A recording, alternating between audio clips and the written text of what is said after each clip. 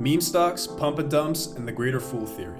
Let's get started. We're going to begin with a brief overview of these three concepts, and then we're going to use real-world examples to demonstrate how they manifest, and then we're going to explain why they happen and why they will continue to happen in the future going forward. Let's start with meme stocks. These are shares of a company that have gained viral popularity due to heightened social sentiment, usually due to a sharp increase of activity on social media platforms like Twitter, YouTube, and especially Reddit. It's important to note that this sentiment can be both positive and negative. Moving on to the greater fool theory, which is heavily tied to the idea of asset bubbles.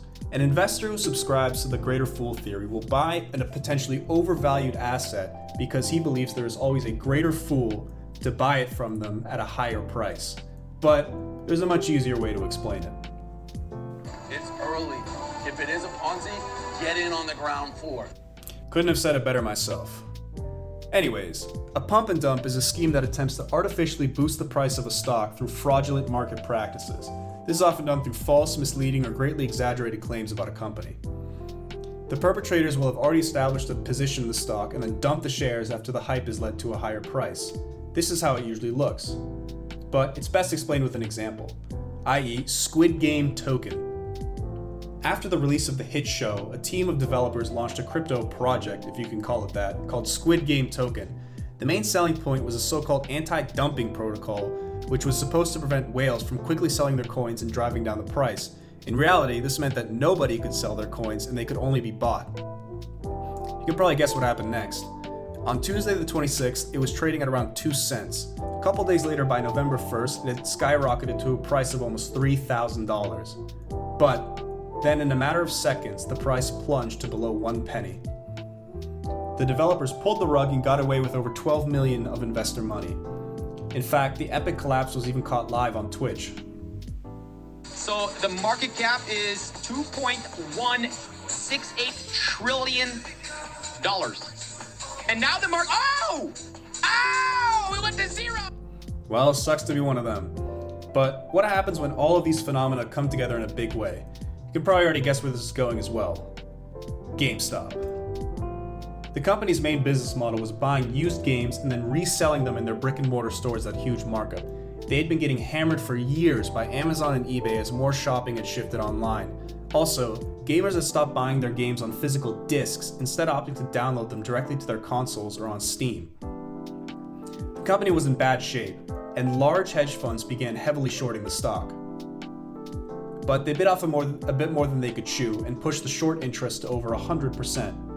A savvy Redditor named DFV, aka Roaring Kitty, caught on to this and began posting about it on Reddit and later released a viral video about the short interest on YouTube.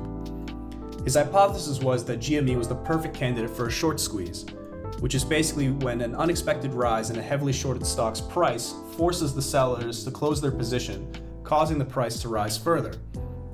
Regardless of the merit of his argument, the posts blew up on YouTube and Reddit, especially on Wall Street Bets. The internet seemed to agree with him, and retail traders flooded Robinhood and began driving up the stock's price. Prior to this hype, on December 9th, 2020, GME closed at around $14 following disappointing earnings. A little over a month later, it opened at almost $100 on January 25th. Then the next day after trending on Twitter, the stock soared 140% in after-hours trading and opened at around $354 on the 27th. But the higher they go, the farther they fall. And after reaching a high of almost $500, GME is now trading around 70% below this. And the moral of the story is that GME is just one in a long line of similar frenzies that all follow a similar pattern. But why does this happen time and time again? Well, it's fundamentally because GME, like many of its forefathers, had a great story. And stories make us emotional, and humans are emotional decision makers, no matter how logical we pretend that we are. And nobody is immune from these factors. Everybody is susceptible to scams, getting caught up in the hype, or thinking you're smart enough to get out before the bubble bursts. And at its core, it's this emotional decision making and our inability to act rationally when we know we should, which is what drives these phenomena. It's also the reason meme stocks, in one form or another, pump and dumps, and the greater fool theory all hold true and will never disappear, because human nature dictates that these phenomena exist and nothing can fundamentally overcome that. Thank you for watching.